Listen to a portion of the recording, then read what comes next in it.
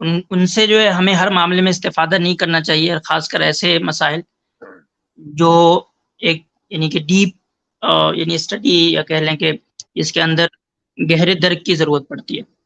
دوسری چیز جو یہ بھی ہے کہ مسلمانوں کو، یہ بیسٹ ایگزامپل اس کا بھی ہے کہ مسلمانوں کو یہ پتہ ہونا چاہیے کہ ہم کن کے ساتھ کتنا چل سکتے ہیں۔ اگر وہ ایک ہمارے یونیورسل کاز یعنی کہ اگر ظلم کے خلاف وہ بات کر رہے ہیں تو ٹھیک ہے، ہم یہاں ان کے ساتھ چل سکتے ہیں شانہ بشانہ، لیکن جب مسئلہ آئے گا توحید اور شرک کا، یا جب بات آئے گی نظریے کے حق اور باطل ہونے کی، تو پھر ہم اس میں کوئی کمپرمائز نہیں کریں گے۔ ہم مطلب اس طرح سے رویہ نہیں رکھیں گے کہ اگر ہم نے ان کو کچھ بات کہہ دی، تلخی سے بات کہہ دی، یا ان کو ہم نے کرٹیسائز کر دیا، تو اس بنیاد پہ جو ہم ایک کاز کے لیے کھڑے ہیں یا یہ ہمارے ساتھ کسی کاز کے لیے کھڑے ہیں تو وہ پھر ختم ہو جائے گا۔ تو یہ اسلامی رویہ نہیں ہے، کیونکہ میں دیکھ رہا ہوں کہ کچھ ہمارے مسلم بھائی نے ایسے اس طرح کے کمنٹس بھی کیے کہ مطلب کہ وہ ٹھیک ہے، اس کی نیت صحیح ہے، اس کے ساتھ ہیں ہم، اس نے ایسا کیا ہوگا، اس کو اب زیادہ جو ہے کرٹیسائز کرنے کی ضرورت نہیں ہے، وغیرہ وغیرہ۔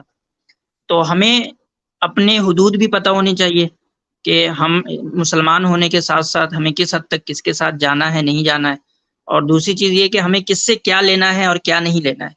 جو جس کی فیلڈ ہو اس سے ہی وہ نالج لیں۔ اب ہم سے کوئی انسان جو ہے، میری فیلڈ جو ہے وہ یعنی کہہ لیں کہ ایٹومک انرجی نہیں ہے، اب میں کسی کو ایٹومک انرجی سکھانا شروع کر دوں تو یہ تو میں اس کے ساتھ بھی ظلم کر رہا ہوں اور میں اپنے ساتھ بھی ظلم کر رہا ہوں۔ جی بالکل زبردست پوائنٹ۔ اکمل علی اسلام صاحب، آپ کچھ ایڈ کرنا چاہیں گے؟ جی السلام علیکم مفتی صاحب، عاصم بھائی اور تمام ناظرین جو دیکھ رہے ہیں، بہت اچھا لگا مفتی صاحب میں نے جب یہ دیکھا، کیونکہ جب یہ پرسوں ویڈیو آیا تو جب ضرور آپ کی ویڈیو ڈالیں اور کنٹروورسی نہ ہو تو ایسا ہو نہیں سکتا، یہ ہمیشہ ہوتا ہے کہ چاہے وہ کوئی بھی جو طبقہ ہے وہ کرے۔ ایک اور چیز میں ایک بس ایڈ کرنا چاہوں گا، کیونکہ باقی ساری چیزیں تو مفتی صاحب آپ نے اور عاصم بھائی نے جو ہے وہ بتا دی، وہ یہ ہے کہ ایسا کیوں ہے ہمارے غیر مسلم جو ہمارے بھائی ہیں کہ انہیں کافر ورڈ سے چڑ ہے؟ ایسا کیا ہے؟ مطلب مجھے سمجھ نہیں آ رہا کہ آپ اس پہ اتر آئے ہیں کہ آپ ہمیں سمجھائیں کہ بھائی پلیز آپ کے اکارڈنگ ہم کافر نہیں ہیں، ہمیں کافر نہ بولو۔ دیکھیں، ہر ایک مذہب میں کچھ ٹرمینالوجیز ہوتی ہیں، ٹھیک ہے؟ اس کا مطلب یہ نہیں کہ ہم آپ کو کچھ اچھوت سمجھ رہے ہیں، انٹچیبل سمجھ رہے ہیں، یا ایسا سمجھ رہے ہیں کہ آپ کے ساتھ زیادتی ہونی چاہیے۔ نہیں، اگر کوئی مسلم ہے تو مسلم کا اپوزٹ بھی ہوگا۔ اگر عربی میں کوئی لفظ ہے مسلم تو اس کا اپوزٹ ہونا ہی ہونا ہے، اس میں کوئی اور چارہ نہیں ہے۔ آپ کسی بھی لینگویج کو دیکھ لیں، اس کی ڈکشنری اٹھا لیں، کوئی بھی اگر ناؤن ہوگا، کوئی بھی ورڈ ہوگا، اس کا اپوزٹ ہوگا، نہیں ہوگا تو وہ لینگویج ہی انکمپلیٹ ہے۔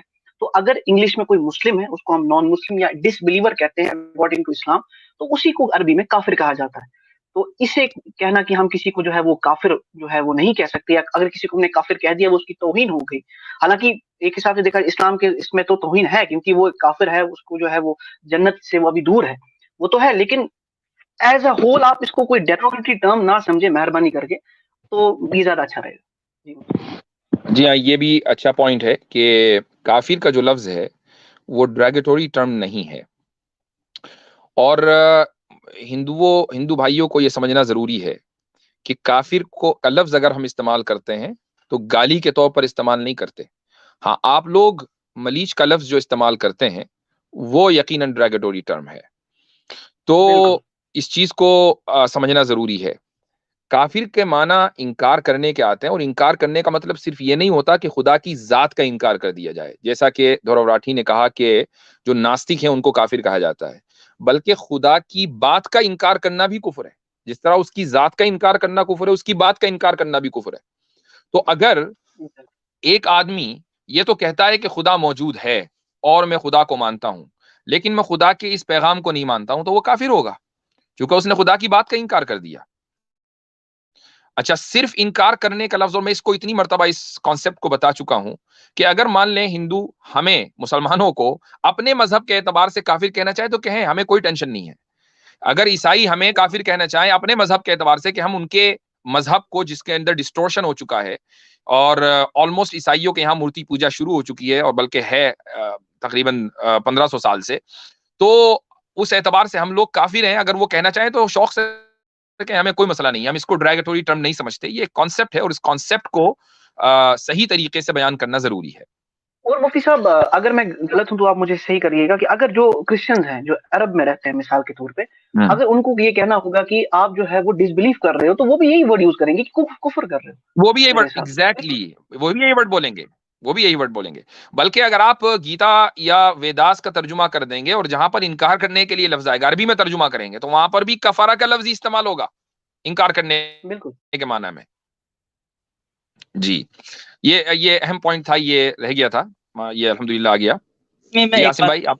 جی کہ دھرو راٹھی جی نے جیسے کہ اس کا یعنی کہ کافر کو ایز ڈیروگیٹو ٹرم لے کے اس کو جو ہے یہ کوشش کی کہ یعنی کہ ہندوؤں کو جو ہے اس سے نکال دیا جائے، لیکن ان کو تو پھر بھی انہوں نے ایک کو تو ایکسکلوڈ کر دیا. اگر یہ ڈیروگیٹری ٹرم ہے تو بھائی اس کی بھی تو کچھ جذبات ہیں ایتھسٹوں کے، ان کا بھی تو خیال رکھیں.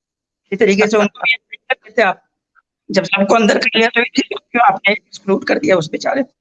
جی جی جی بالکل. آپ اگر خود کو تو مان لیا کہ ہم وہ خود کافر ہیں کیونکہ وہ ایتھسٹ ہیں، وہ خود کسی خدا میں نہیں مانتے، انہیں خود مان لیا. اچھا میں یہ توقع کر رہا تھا دھرو راٹھی سے کہ جس طرح انہوں نے ایک ہندو اسکالر پرشانت آچاریہ پرشانت کو دعوت دی تھی، اور اگرچہ وہ عام ہندو باباؤں سے ہٹ کر ہیں تو کسی پڑھے لکھے مسلم اسکالر کو وہ بلاتے اور اسلام کو سمجھنے کی کوشش کرتے تو وہ زیادہ بہتر رہتا. یہ صرف اس لیے نہیں کہ ان کو بیلنس بنانا چاہیے بلکہ اس لیے بھی کہ پھر مس ریپرزنٹیشن سے وہ بچ جاتے. اور میں سمجھتا ہوں کہ انصاف کا تقاضا یہی تھا، وہ کسی کو بھی بلائیں، بس شرط یہ ہے کہ وہ ان داڑھی ٹوپی والوں سے دھوکے میں نہ آئیں جو ٹی وی پر عام طور سے آتے ہیں. ان کو خدا کے واسطے نہ بلائیں، اس لیے کہ ان کا کام، ان کو پیسے ملتے ہیں عورتوں سے پٹائی کے، تو وہ اپنے کام پہ لگے ہوئے ہیں. Let them do their work. تو ان کا کام وہاں چل رہا ہے، وہ سیٹ ہیں، ان کو وہیں رہنے دیں. آپ اسلامک اسکالرس کو بلائیے اور ایسے کہ جن کو معلومات ہو دین کی اور حوالے ان کو پتا ہو، آپ ان کو بلائیں اور ان سے اسلام کے تعلق سے سمجھنے کی کوشش کریں. اسی طریقے سے یہی میں چاہوں گا کہ اگر آپ عیسائیت کو سمجھنا چاہتے ہیں تو ٹھیک ہے، آپ کسی عیسائی اسکالر کو بلائیں، اس سے سمجھیں تو وہ زیادہ بہتر ہے، بجائے اس کے کہ آپ اپنے طور سے اپنی ریسرچ ٹیم سے کوئی کام ریسرچ کروائیں اور اس کو اسلام اور بائبل یا اسلام اور عیسائیت یا قرآن اور بائبل کے نام پر پروموٹ کریں اور صرف ببلیکل نریشنز کو اس طریقے سے پیش کریں گویا کہ اسلام بھی اسی چیز میں بلیو کرتا ہے. ایسا نہیں ہے.